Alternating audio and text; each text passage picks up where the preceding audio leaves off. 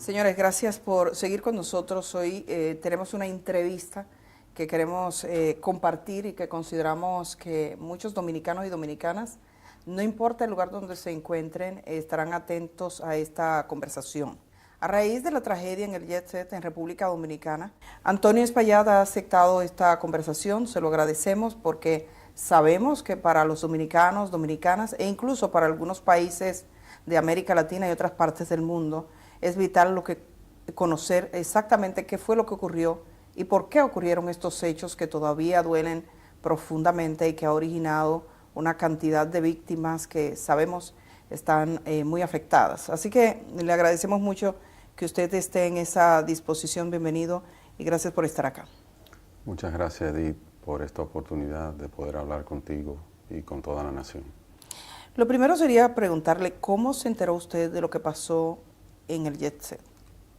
Yo estaba en Estados Unidos en una feria de televisión y radio que hacen todos los años en Las Vegas, se llama NAB, donde exponen todos los equipos, tanto de radio como de televisión, y todas las nuevas tecnologías. Las Vegas tiene una diferencia de horas con República Dominicana, aproximadamente de 3 horas. En el momento en que esto ocurrió, yo recibí una llamada de mi hermana a las 10:30 de la noche, hora Vegas, que era la 1:30 de aquí, y me llamó debajo de los escombros y me dijo: Antonio, ha pasado algo increíble, escuchamos una explosión y todo el techo se ha desplomado y estamos todos debajo aquí de escombros. Inmediatamente ella me dijo eso. Yo le dije a ella: Maribel, no te preocupes, yo voy para el aeropuerto enseguida y arranco para Dominicana. Fui a mi habitación, recogí y me fui inmediatamente al aeropuerto. Tuve la suerte de conseguir un vuelo a las 12:30 de la noche, hora de allá, que por suerte se había retrasado 1 hora, salió a la 1:30 y por ese retraso pudieron montarme. ¿Usted tenía en ese momento una idea de la magnitud de la tragedia? No tenía idea. ¿Qué usted pensaba que había pasado? No tenía idea de decir, pero ¿cómo se puede caer un techo? O sea, yo no tenía ningún tipo de idea de qué pasó y estaba muy preocupado. Pero digamos el alcance, ¿pensó que habían muertos? Desde el primer momento usted fue informado de que habían personas fallecidas. No, ella me dijo, porque ella misma no sabía, ella estaba debajo de escombros. Okay. Ella me dijo, estoy debajo de escombros. Entonces, yo no pensé nada, yo de verdad, fue una preocupación tan grande por lo que hubiera pasado y pensé también, tenía todos los amigos que tenía ahí adentro también, que siempre van. Y yo dije, wow, o sea, qué catástrofe. Y cogí para el aeropuerto y lo único que tenía en mi mente es que tengo que llegar, tengo que ver qué hago, tengo que ayudar, tengo que estar ahí. Y tomé ese vuelo a la 1:30 de la mañana y llegué a Atlanta. Ahí se me retrasó el vuelo de Atlanta a Santo Domingo otra hora y vine llegando aquí al país tipo 3:30 de la tarde. ¿Y hasta ahora cómo ha sido la conexión suya? Supongo que en ese momento cuando usted llegó fue al hospital, fue a un centro, fue al lugar de los hechos. ¿Qué usted hizo? ¿Qué ha podido hacer? Cuando llegué fui directo a mi oficina, que estaba mi familia ahí y estaban unos amigos para que me informaran qué había pasado. Ya estaba muy avanzado todo, me dieron la información de todo lo que había pasado y me recomendaron que por un tema de seguridad no fuera, porque ya estaban los ánimos caldeados y demás, y que no se podría saber qué podría pasar en torno a mí. Entonces, por eso decidí quedarme ahí. Y me quedé ahí y desde ahí fue que hablé y dio el mensaje que usted dirigió. Di el mensaje de que estaba en el país y todo lo que dije en el mensaje. Usted sabe que la gente se pregunta básicamente qué fue lo que pasó. ¿Usted sabe qué fue lo que pasó? El primero que quiere saber qué fue lo que pasó soy yo. inclusive, como le estoy diciendo, de casualidad yo estaba en ese viaje, si no, yo hubiera estado ahí. Yo todos los lunes estaba ahí, en mi silla, sentado, siempre, compartiendo con todos los ¿Cuándo clientes. fue la última vez que usted estuvo? Antes de ese lunes, 2 lunes anteriores. 2 lunes anteriores. Era muy difícil que yo no fuera. Yo normalmente faltaba si no estaba en el país. Pero yo siempre iba. Y mi hermana, o sea, mi hermana y yo éramos los que siempre estábamos ahí. Si yo no estaba, ella siempre estaba. Y si ella no estaba, estaba yo. La pregunta clave para muchos es si esto pudo ser evitado, si esto fue un accidente evitable. Y en ese sentido nos gustaría saber su opinión. ¿Usted cree que fue algo que se pudo evitar? Si hubiera sido algo que se pudiera evitar, usted puede estar segura de que yo lo hubiera tratado de evitar. Porque, como le digo, mi hermana estaba ahí, mi madre estaba ahí todo el tiempo también, yo estaba, y aparte por un tema de responsabilidad, yo no hubiera permitido, jamás. Pero no hubo nada, o sea, no hubo ningún aviso, nada. Todos nos sorprendimos. Hay dos aspectos que han sido profusamente difundidos en redes sociales y que sería bueno aclarar con usted y que yo sé que usted tiene conciencia de ello. Por un lado, y vamos a comenzar por este punto, hablan de escombros que se caían, de situaciones en las que la gente vio residuos, conversaciones incluso de algunos artistas que refieren que caían cosas del techo. ¿Qué es lo que pasaba con el techo propiamente dicho? En Jet Set, desde que lo fundamos en ese local, hace 30 años, nosotros teníamos el techo en plafón de yeso y siempre se nos caían los plafones de yeso. Es decir, tenían un plafón que cubría el techo. Exactamente. Por eso el polvillo blanco del yeso. ¿Y por qué se caía el plafón? Diferentes razones. Una de las más normales era el tema de agua. Filtración de agua.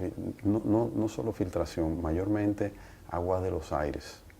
De que los aires se condensaban, de que si los drenajes se tapan, cosas normales de aire acondicionado que no nos dábamos cuenta porque los plafones de yeso no se abomban. Los plafones de yeso absorben toda el agua, el yeso se pone pesado y cae.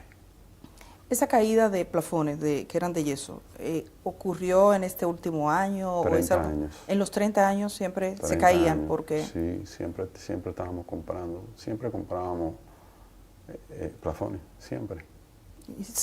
¿Recientemente habían cambiado plafones? Sí, el mismo día de la actividad cambiaron plafones. ¿El mismo día de la actividad?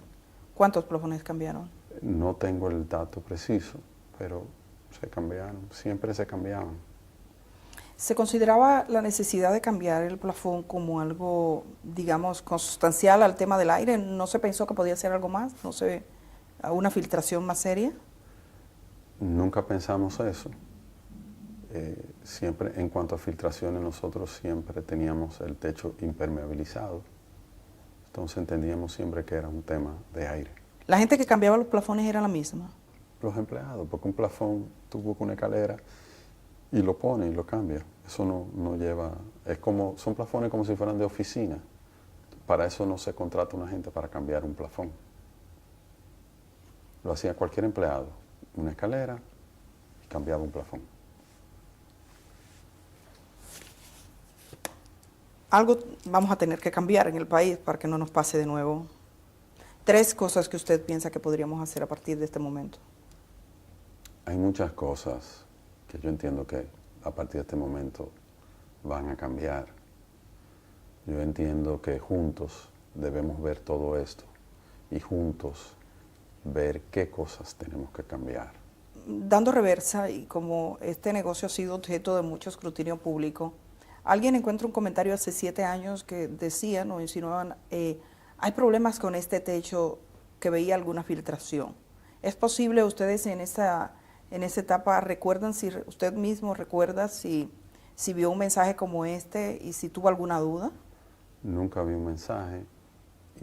Y Pero ya usted dice que los plafones siempre tuvieron. Siempre, 30 años están ahí. Para mí es muy difícil. Yo mismo no podía ver el techo. Lo que veíamos siempre eran los plafones. ¿Nadie nunca examinó el techo?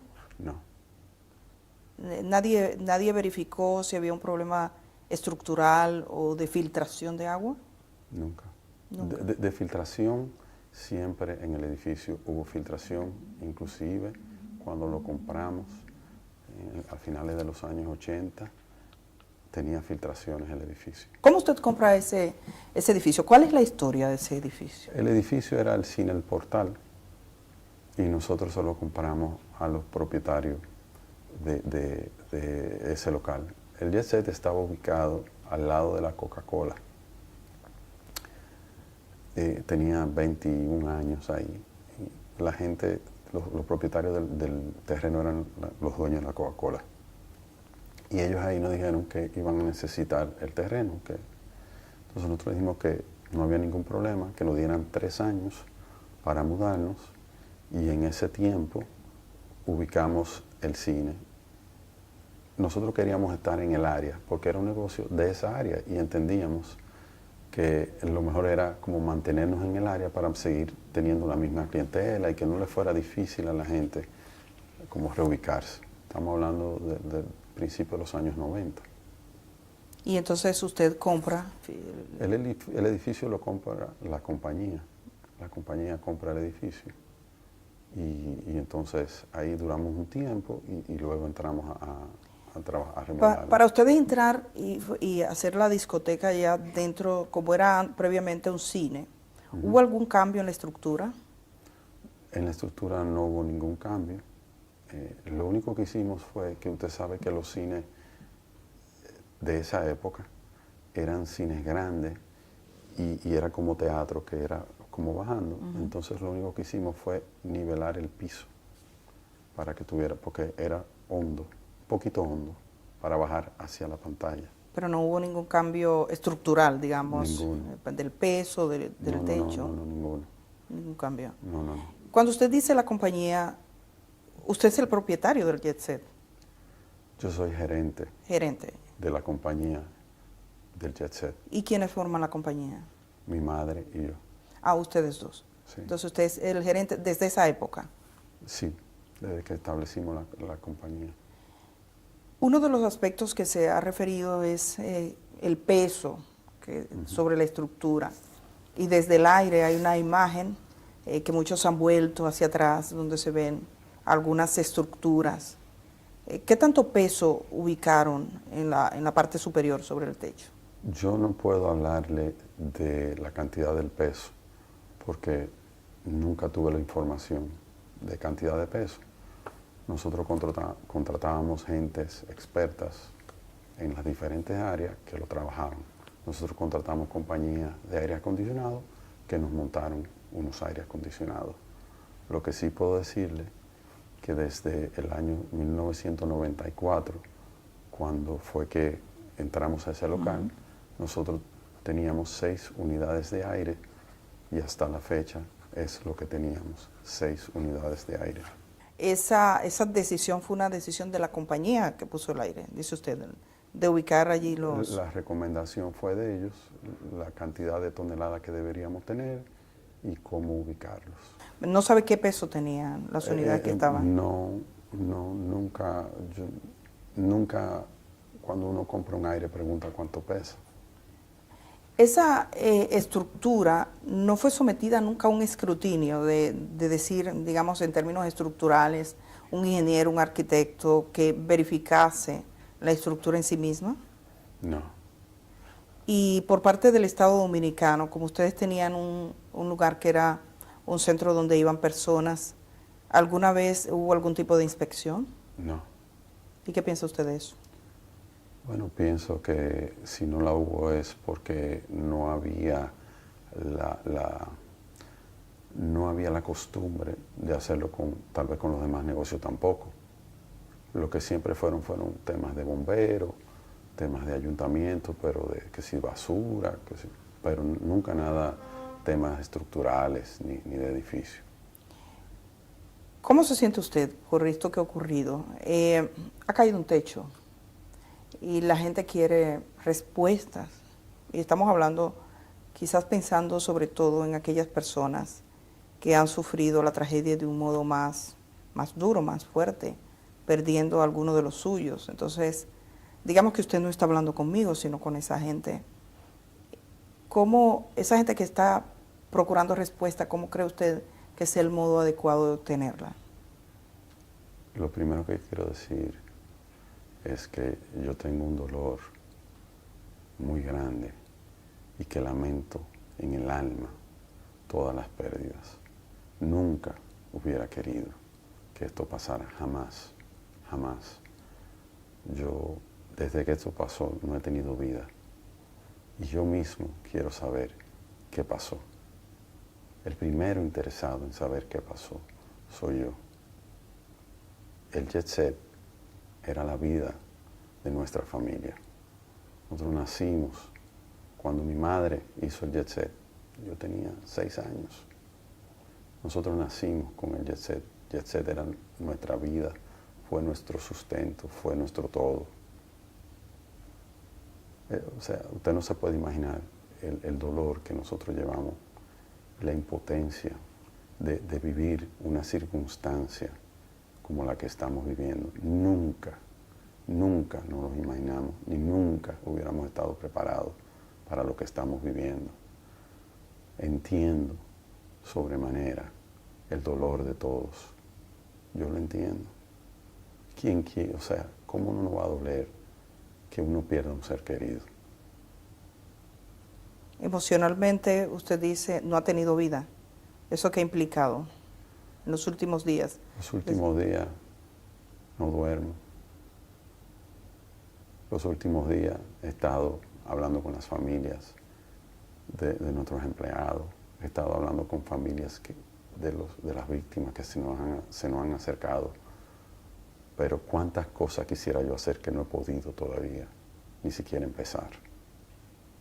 Pero lo importante es que yo estoy aquí y yo le voy a dar el frente a todo. Yo no voy para ningún sitio, yo voy a estar aquí.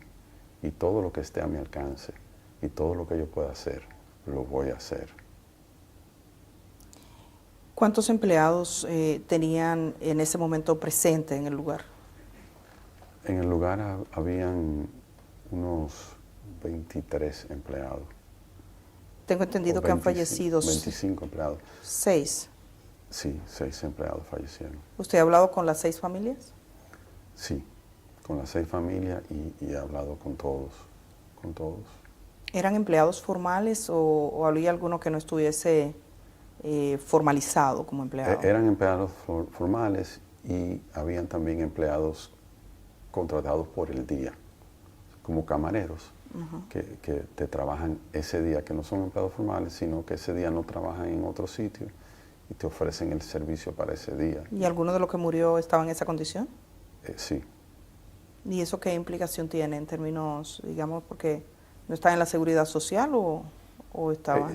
Son gente que normalmente tienen otro empleo. Okay. Es su día libre en el otro trabajo y van ahí y te trabajaban como tú se contrata así, camareros. Usted ahora hay muchas compañías que usted llama y usted contrata un camarero y te trabaja la noche y tú le pagas el acuerdo que tengan por eso. Digamos, esa conversación con las familias, ¿cómo ha sido? Particularmente con la familia de sus empleados. La conversación con la familia de mi empleado ha sido una conversación de apoyo, de saber de sus necesidades y de darle seguridad de que estamos aquí y de que lo vamos a apoyar y en todos los problemas que podamos involucrarnos con ellos vamos a estar y que no están solos. Y de las personas fallecidas, dice que se ha comunicado con algunas familias. Supongo que ellos se han acercado a usted. Ellos se me acercaron, sí. ¿Y cuál ha sido, digamos, el tono de esa conversación? ¿O de esas conversaciones? ¿Han sido muchos?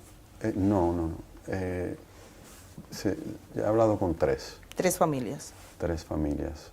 2 fallecidos, 2 de 2 familias fallecidas y uno de uno herido, de una muchacha herida. Ellos me han expresado que no tienen en mente ningún tipo de acción legal en mi contra. Me han expresado que entienden mi dolor y lo que hemos hablado es de cómo juntos podemos ayudar aparte de esa familia. Un ejemplo, uno de esa familia que vino tiene 2 niñas que quedaron huérfanas, entonces tenían un tema con el colegio, que cómo podemos ayudar, y estábamos sentados viendo a ver cómo podemos ayudar de que esas niñas no pierdan su año y de que terminen su carrera de colegio y hasta más podría ser. Eso es lo que hemos hablado. Hay algunos vecinos que han hecho referencia a ciertos contratiempos, creo que con el sonido que tuvieron, que hablan de la presencia de algún fiscal o una fiscal allí. Usted, en este tiempo, usted que fue gerente de ese lugar, ¿cómo fue esa relación con los vecinos y qué problemas legales fue lo que tuvo el Jet Set? El tema con los vecinos lo manejó mi hermana. Obviamente, yo le di apoyo. Nosotros buscamos un abogado y estuvimos envueltos con la fiscalía e hicimos todo lo que los vecinos nos pidieron. Revestimos el cuarto de plantas de nuevo para que no saliera el sonido, cambiamos la planta eléctrica. Por un tiempo trabajábamos solo con planta. Nos conectamos a CDE de nuevo porque el Jet Set solo abría 3 noches, lunes, viernes y sábado.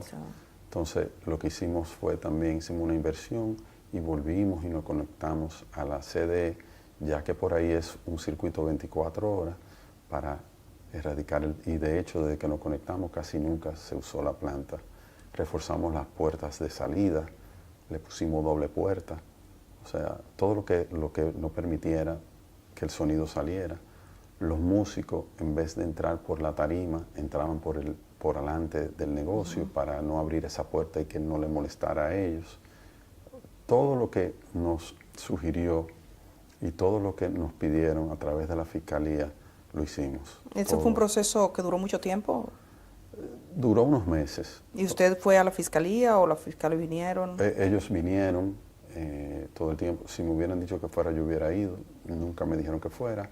Pero todo lo que documentaron, todo lo que fuimos haciendo, chequeaban los decibeles también, del sonido, todo. O sea, todo lo que nos pidieron, nosotros lo hicimos al pie de la letra. Y digamos que aquella relación con el Ministerio Público en ese momento, con esos fiscales y con los vecinos, se limitó al tema del sonido. Sí, el sonido. El problema era el sonido. El sonido, sí, le molestaba el sonido. La planta eléctrica... Que fue la segunda vez, porque muchos años atrás pasó lo mismo. En ese entonces los vecinos no recurrieron a la fiscalía, sino que hablaron directo con nosotros. Nosotros arreglamos todo, inclusive ellos querían hasta hacernos un reconocimiento en ese entonces, le dijimos que no era necesario y que estaban muy felices de que no le molestara. En esta ocasión entiendo que habían vecinos nuevos, no sé, y decidieron hacerlo a través de la fiscalía y lo asumimos igual. ¿La planta eléctrica alguna vez estuvo en el techo? No, la planta eléctrica desde que inauguramos hace 30 años estuvo en un cuarto adyacente al edificio. ¿Usted puede dar garantía que en el techo no estaba más que los aires? Y eran 3 tinacos de los tinacos que se usan en las casas, los techos de las casas, que eran para agua de los baños y para agua para lavar los vasos cuando teníamos problemas, porque en el área había mucho problema de agua. Entonces recurrimos a como lo tienen todos en las casas. Esa imagen que se proyecta, que me imagino usted la ha visto, ¿esa es la imagen real del Jet Set? Sí, son 6 estructuras que son las 6 casetas de los aires acondicionados y una casetica más pequeña de la caseta que son los main break.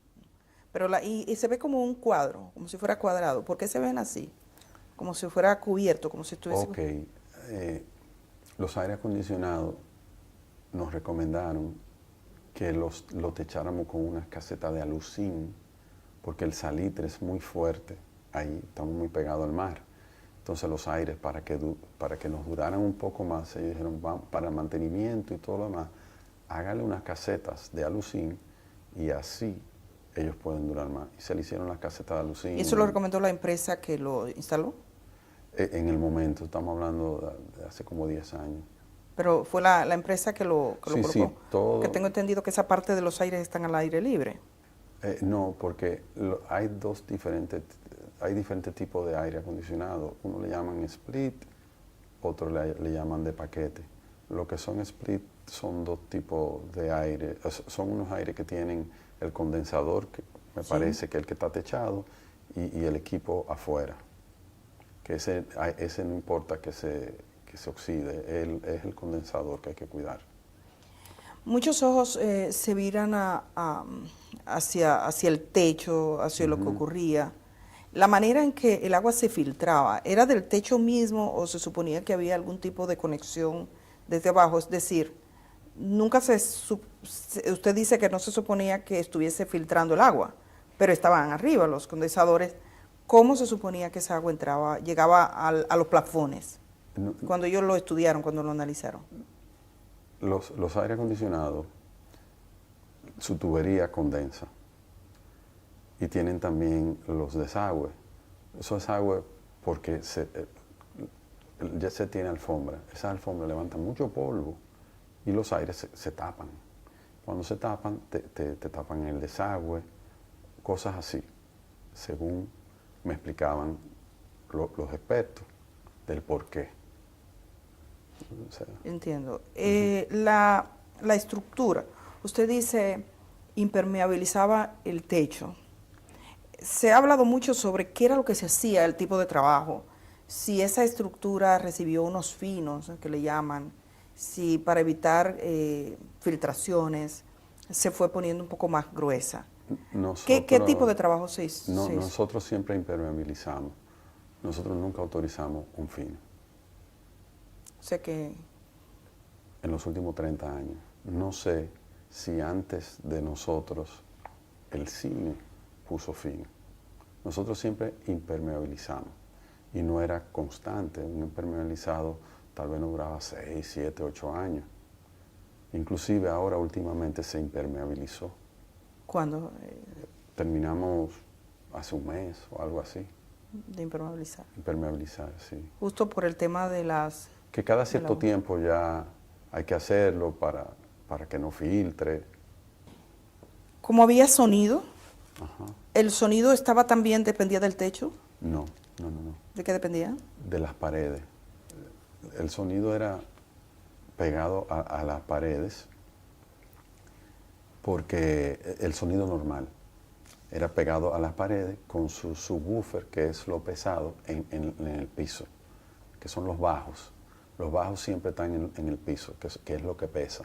Las bocinas no son pesadas, porque son bocinas modernas de Mayer Sound, son bocinas relativamente pequeñas, como así, pegadas a la pared. Ahora hablan del sonido, del efecto que el sonido puede tener sobre las estructuras. ¿Alguna vez le hablaron de eso? No, nunca. Y habían otras bocinas, que eran las bocinas que se utilizaban para las orquestas, que esas que eran como 6 o 7 bocinas juntas.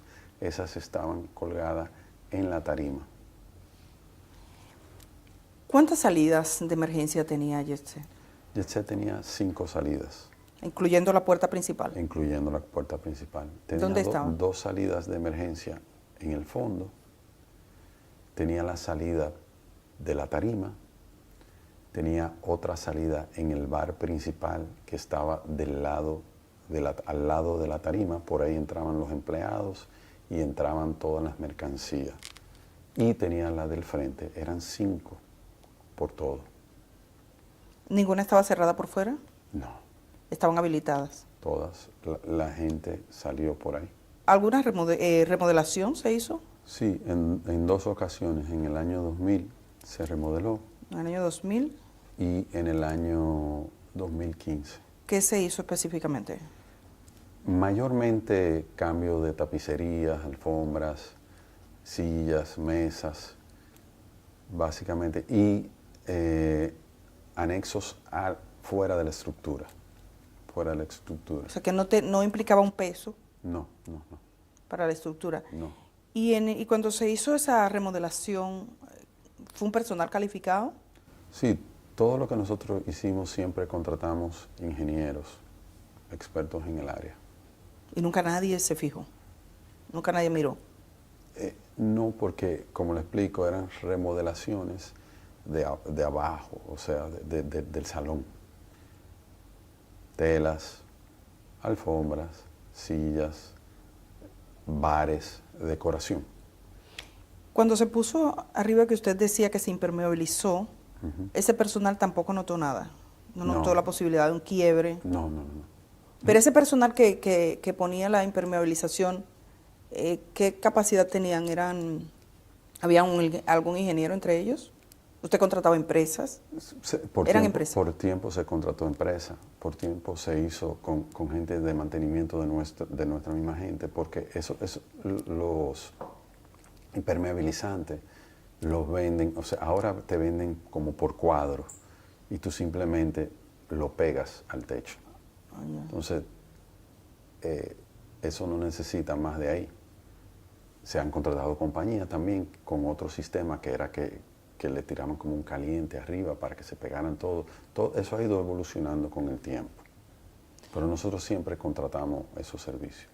Hay quienes se hacen preguntas y especulan de qué pudo haber pasado. ¿Usted cree que esto fue un accidente o cree que pudo haber manos criminales, digamos un atentado, por ejemplo? Yo quiero saber qué pasó. Yo no puedo decir que fue una cosa u otra. Yo quiero esperar el peritaje, que es el único que puede decirnos qué pasó. ¿Usted ha iniciado alguna investigación, la empresa como tal, al margen de las investigaciones oficiales, o piensa hacer alguna indagatoria con sus técnicos? Eso nuestro equipo legal lo está evaluando. En esta etapa todavía no sé qué se va a hacer. Esta es una tragedia de gran proporción para el país. Cuando usted, ¿en qué momento usted tuvo conciencia así plena de la magnitud de la tragedia? Que usted dijo, esto es más de lo que yo pensaba. En el momento en que lo fuimos viviendo. Cuando yo llegué al país, yo no me imaginaba que era algo tan grande. En el momento en que se fue desarrollando todo fue que fui viendo lo grande que era, con las víctimas y con todo lo que iba pasando. No tenía idea y no podía creer lo que fuera algo de esta magnitud. ¿Cómo era la dinámica del Jet Set semanalmente? Esa fiesta de los lunes con los artistas, ¿cómo era esa dinámica de forma normal? ¿Cómo se vendían? ¿Cómo eran los tipos de contrato? ¿Cómo operaban? Nosotros teníamos ya demasiados años en el negocio.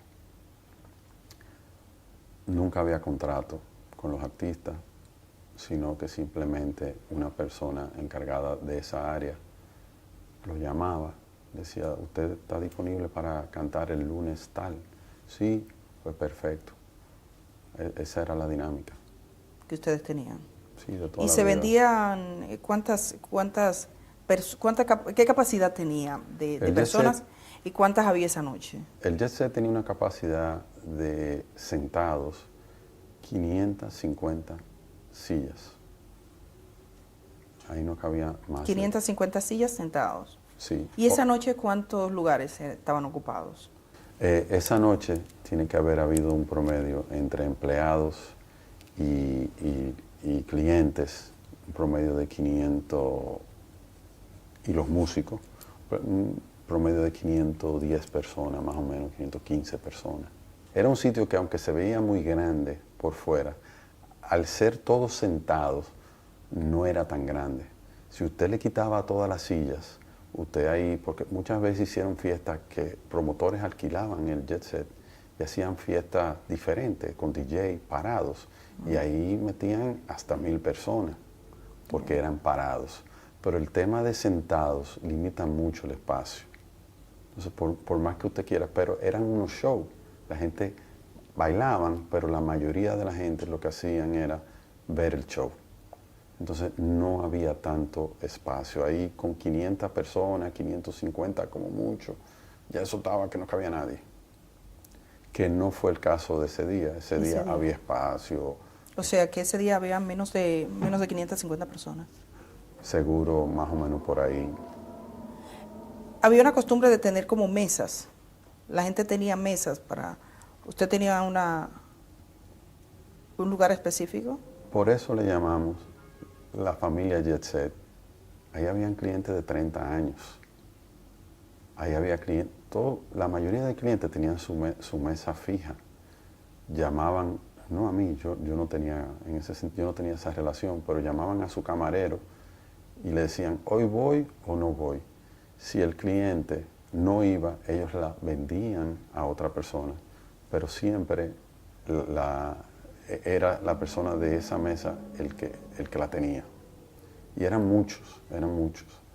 Era mucha gente fija, o sea, era una clientela, era una familia. Siempre estaban ahí, eran los mismos. Esa noche la estrella que cantaba era Rubí Pérez. ¿Cómo fue su relación con él? Excelente, de toda la vida. Una relación de 30 años. ¿Qué usted le diría a sus hijas? He visto que una dice que considera que hubo negligencia. Yo le diría a sus hijas, primero, que lo siento muchísimo, que siento el dolor, que tengo un gran dolor porque perdí un amigo. Rubí era mi amigo de muchos años. Y le diría que entiendo su dolor y entiendo todo lo que puedan estar viviendo y todo lo que estén pensando. ¿Qué tipo de medidas de seguridad tenían en el Jet Set? O sea, si fuera a evaluar, ¿cuáles eran las medidas comunes de seguridad? Porque estamos hablando de la gente que fue a un lugar a divertirse y pasa esto, nadie se lo espera, usted dice que tampoco. ¿Cuáles eran las medidas normales de seguridad que se adoptaban allí? La medida que se optaban en Jet Set eran medidas de seguridad, no de estructura ni nada de eso, sino de seguridad hacia los clientes.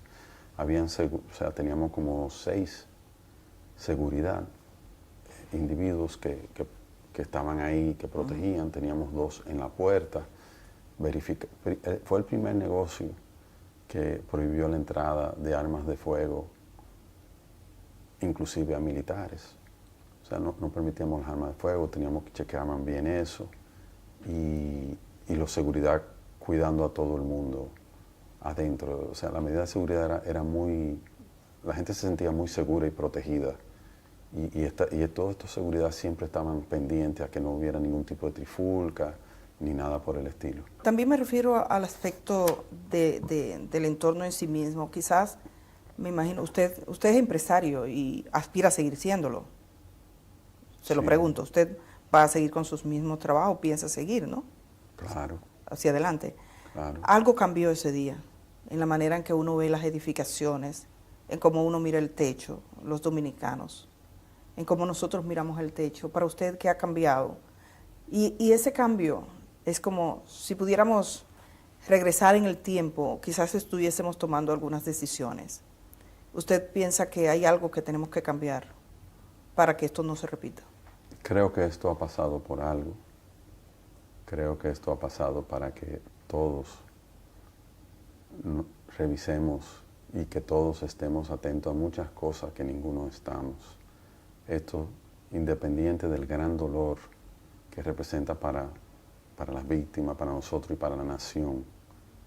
Esto también representa un despertar para muchos aspectos, de que estemos más pendientes de muchas cosas que ninguno estábamos pendientes. O sea, creo que esto es algo que va a servir positivamente para muchas cosas. El Jet Set tenía seguros, los negocios como este tienen seguros. Uh-huh. ¿Qué tipo de seguros tenía? El Jet Set tenía un seguro que cubría todo lo que nuestros aseguradores nos recomendaron. todo lo que llevaba un negocio de ese tipo. ¿Cómo cuál es? Que si incendio, que si seguridad de personas, todo lo que conlleva. ¿Un terremoto? Terremoto, todo. Obviamente nunca pensaba, o sea, no tenía algo de que se cayó el techo. Aunque un terremoto podría originar la caída de un techo. Por, Pero cuando se por dio, terremoto, sí. pero nunca se hizo una evaluación previa. Los mismos seguros nunca tampoco hicieron una evaluación en ese sentido. No estoy seguro. Entiendo que tal vez no, pero no estoy seguro. Ha circulado una versión. Yo no tengo constancia de esa, pero tengo que tener la responsabilidad de preguntarle porque es la versión de que un ingeniero le sugirió a usted unas reparaciones por 4 millones de pesos y que le dijo firme aquí. O sea, ¿a usted le consta eso? Porque eso ha sido en redes sociales algo muy, muy distribuido. Y entonces tengo la obligación de preguntarle, ¿eso que se cuenta en esa historia pasó? ¿Alguien le dijo alguna vez? ¿Algún ingeniero le hizo un presupuesto? Lo he escuchado. ¿Lo ha escuchado? Sí, lo he escuchado. Me enteré cuando lo escuché. Ningún ingeniero nunca se me ha acercado a mí con eso, ni de 4 millones de pesos, ni que arregle esto, ni nada. ¿No tuvo ningún debate con un ingeniero sobre la estructura? No, no. ¿Y qué usted piensa? ¿Por qué ese tipo de versión? ¿Qué le puedo decir? Hay muchísimas otras versiones. Ahí hubo un señor que salió, que rescató muchísima gente y no es verdad. O sea, en todo este suceso han habido muchas opiniones, mucha gente que han entrado, que han salido, muchas personas que han querido ser protagonistas de un u otro tema.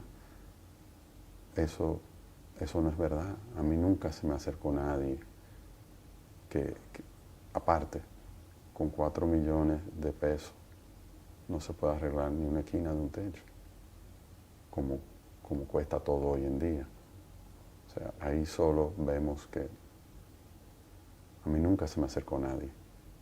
¿Ni usted tuvo un diálogo con ninguna empresa para ningún tipo de reparación de ese tipo? No. ¿En el JET se hicieron reparaciones en algún momento? ¿Usted recuerda haber contratado a un ingeniero, por ejemplo, que mirara para una reparación? Porque a veces este tipo de profesionales está habilitado para decir, mirar un poquito más. Ningún tipo de reparación. Nunca se hizo. Ningún tipo de reparación. Hay, digamos, en términos de, y es la parte que más se debate en términos de la infraestructura, de cómo pudo pasar. Usted dice que se pregunta lo mismo. ¿Usted ha tenido la oportunidad de ver el lugar, de ver lo que pasó, de ver cómo se quebró? Vi el lugar y vi lo que quedó. Sí, yo fui. ¿Usted sí fue? Lo vi. Sí, lo vi. ¿Y qué sintió? ¿Qué pensó? Cuando lo vi, mi dolor se acrecentó. O sea, vi toda una vida. Vi todo.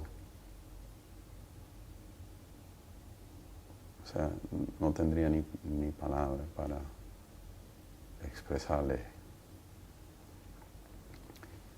todo lo que vi. Sí, porque usted estaba vinculado emocionalmente también a este sitio. Nosotros nacimos con ese negocio, creado por mi madre.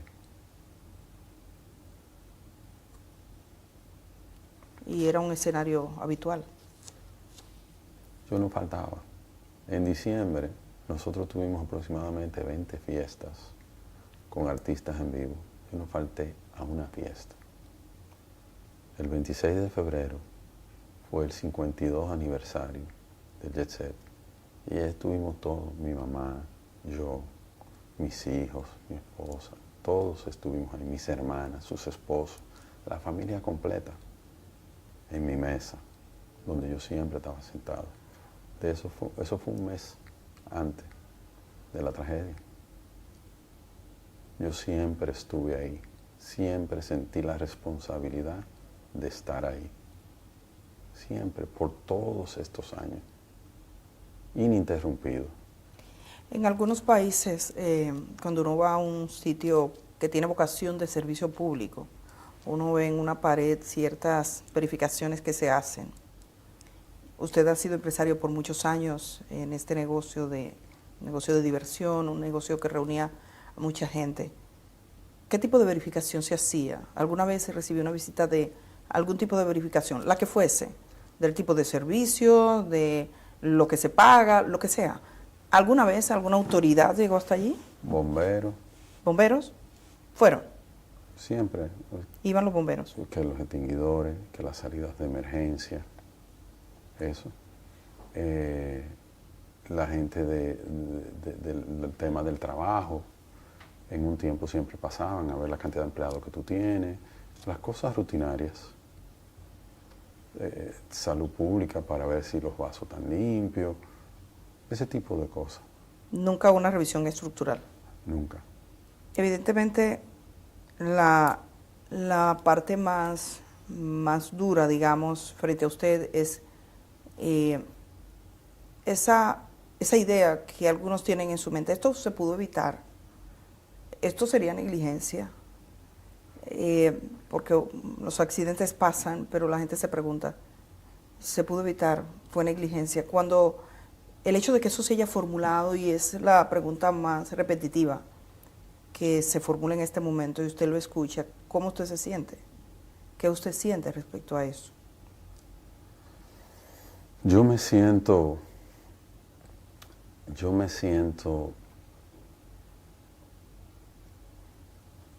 impotente, yo me siento, o sea, si hubiera habido algo que me hubiera llamado o que me hubieran dicho, mira, hay que chequear esto, aquello o lo otro, yo lo hubiera hecho.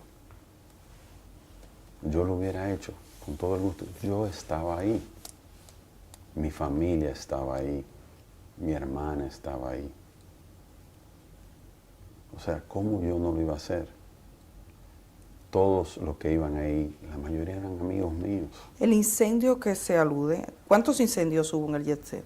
En toda su historia uno. ¿Y cómo fue ese incendio? Un rayo cayó en un palo de luz frente al Jet Set, frente al cuarto de planta, y eso ocasionó un fuego en el cuarto de planta.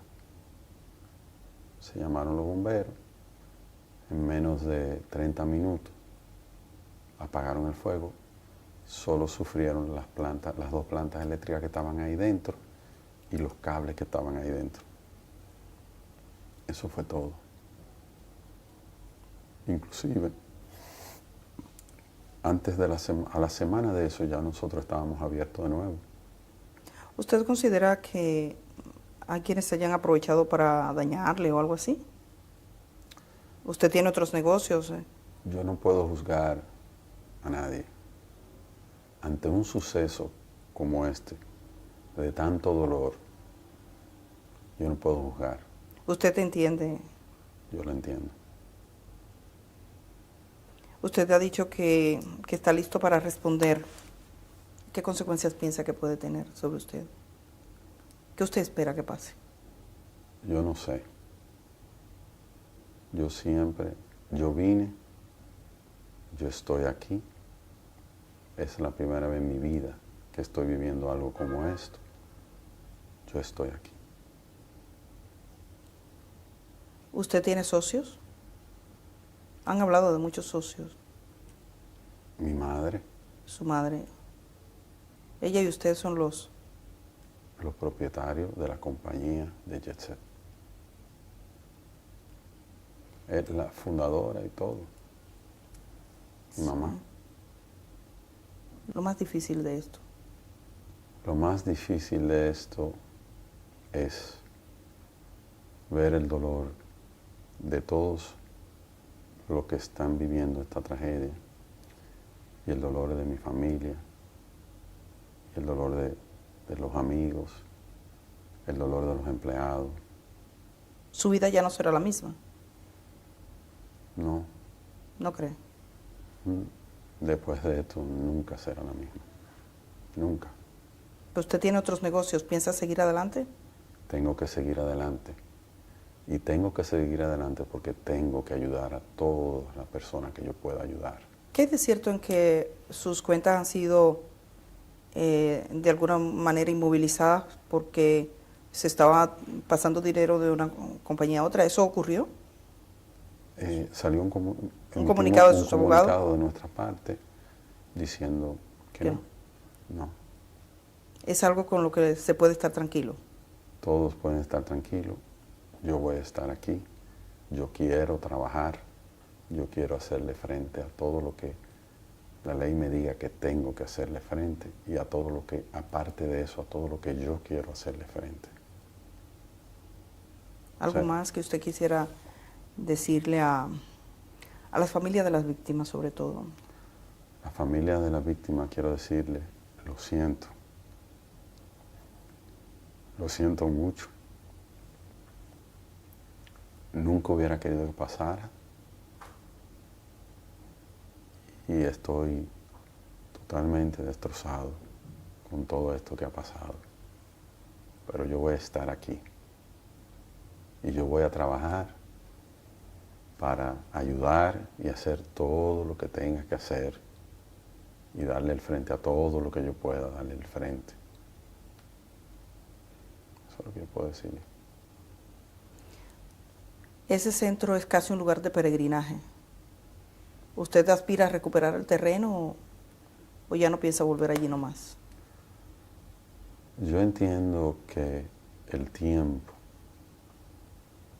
irá poniendo las cosas en su lugar y ahí iremos viendo.